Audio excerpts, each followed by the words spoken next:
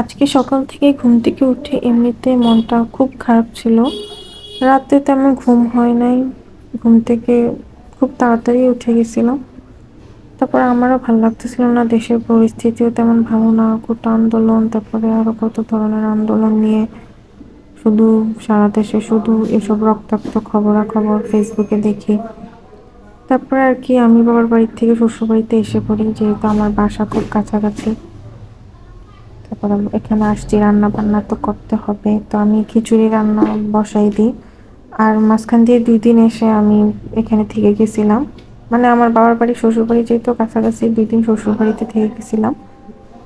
তো আমি দু জায়গায় একটু ভাত ছিল, 2 পাতিলে ভাত ছিল, ভাত এগুলোর সাথে কলার চাল মিক্স করে আমি খিচুড়ি রান্না করে ফেলি, আর সাথে ছিল ডিম ভাজি। ওই তো এগুলা দিয়ে আজকে দুপুরে খাবো, রাত্রেও খাবো, একবারই খাবার বসাই দিছিলাম রাতেরটা সহ। আমার আবার বাবার বাড়িতে 2 দিন থাকার পরে আর বেশি ভাল লাগে না, আবার জামাইর বাড়িতে আইসা পড়ি। মানে আমার যখন মন টিকে না তখন আমি আবার আইসা পড়ি। তারপরে হাজবেন্ড যদি বলে কেন তোমার বাবার বাড়িতে জায়গা হইছে না, আরে জায়গা তো হইছে, বাচ্চাও বাবার জন্য কান্না করে, আবার আমারও দেখি ভাল লাগে না, মন টিকে না, তো আমিও এসে পড়ি আর কি। নিজের বাসায় থাকলে আলাদাই একটা শান্তি, নিজের মন মতো সবকিছু করা যায়। এটা শ্বশুর বাড়িতেও করা যায় না, তারপরে হচ্ছে গিয়ে বাবার বাড়িতেও করা যায় না। নিজের আলাদা বাসায় শান্তি সবসময়।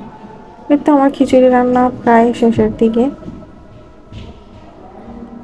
আমার হাজবেন্ড বলছিল যে লেটকে খিচুড়ি রান্না করার জন্য, আমি এটার পানিটা শুকিয়ে ফেলছি, কিছু হবে না, এমনিতে অনেক মজা হয়েছে এটা।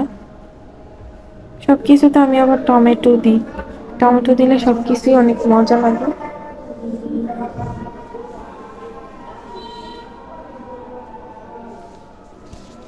আর মনে মনে দোয়া করতেছিলাম দেশের পরিস্থিতি যে কবে ঠিক হবে। করোনার সময় যেরকম একটা ভয়াবহ পরিস্থিতিতে থাকতাম যে উম, মারা যাব, বাঁচি না মরি, কিরকম একটা ভয়াবহের মধ্যে থাকতাম।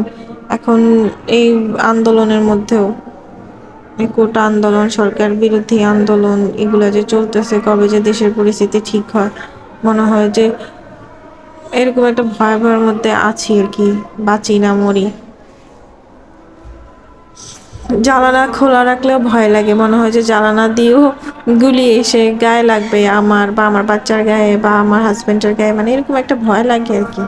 আর আমার জামাই তো একটা আছে, কিছু থেকে কিছু হইলে বাসা থেকে বের হয়ে যায়, বন্ধুদের সাথে নাচতে চলে যায়। নিষেধ করলেও কোনো শুনবে না, যে এখন শুক্র শনিবার তো তোমার অফিস নেই, যে বাসায় থাকো, না, ও বন্ধুদের সাথে নাচতে চলে যায়।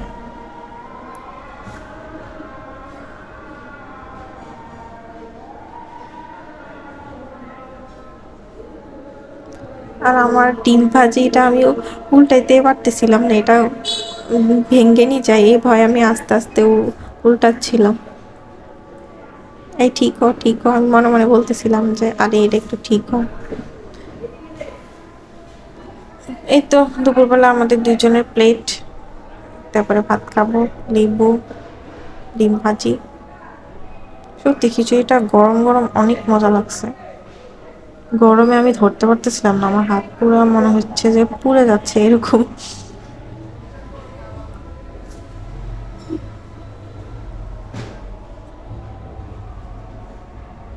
তারপর আমি খিচুড়িটা খেয়ে নিয়েছি, অনেক মজা হয়েছে। ওকে, টাটা, আল্লাহ হাফেজ।